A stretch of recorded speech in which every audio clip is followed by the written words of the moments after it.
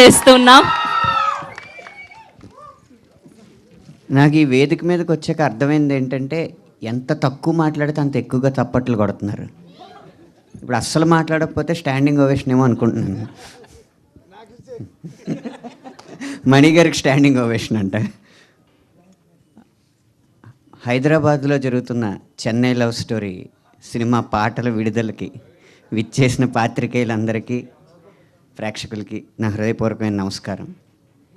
ఈ సినిమా కానీ ఈ పాటలు కానీ బాగా రావడానికి ఒకే ఒక్క కారణం ఏంటంటే, ఇద్దరి మధ్య ఏ అహం అయితే ఉండకూడదో ఆ అహం దహించుకుపోవడం వల్ల ప్రతి విషయంలోనూ ఈ సినిమా గెలుస్తుందని నేను నమ్ముతున్నాను.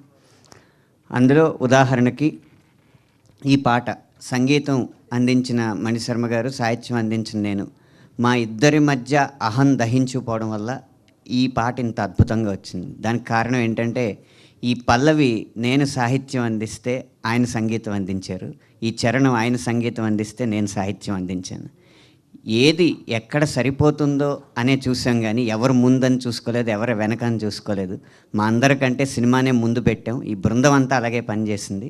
ఖచ్చితంగా ఈ సినిమా అదే ఫలితాన్ని చూస్తుందని నేను అనుకుంటున్నాను. అలాగే మరో ఇద్దరు, కథకుడు రాజేష్ గారు, దర్శకుడు రవి గారు, ఇద్దరి మధ్య అహం దహించుకుపోవడం వల్ల, వాళ్ళ ఆలోచనల సమన్వయం వల్ల ఇద్దరు మమ్మల్ని మాకు మార్గనిర్దేశం చేస్తున్నారని కాకుండా ఇద్దరు ఒకటై మాకు సహాయపడుతున్నారని ప్రతి ఒక్కరూ భావించారు. కాబట్టి ఈ సినిమా భవిష్యత్తులో మంచి ఫలితం.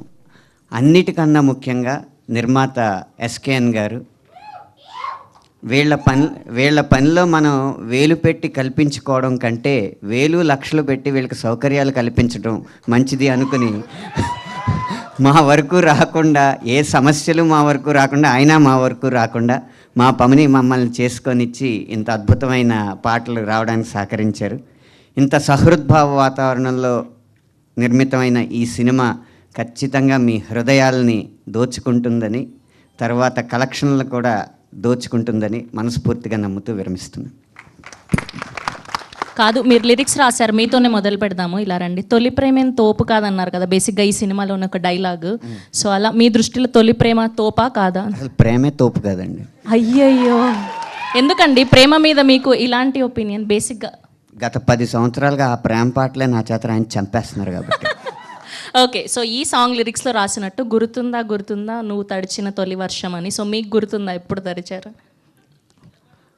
అంటే నేను మా స్వగ్రామం దొడ్డిపట్ల గ్రామంలో గోదావరి తీరంలో, గోదావరి మధ్యలో ఉన్న ఇసుక తిప్పలో తడిసిన తొలి వర్షం నాకు గుర్తుంది. వారే వా, థ్యాంక్ యూ అండి, థ్యాంక్ యూ సో మచ్. ధన్యవాదాలు.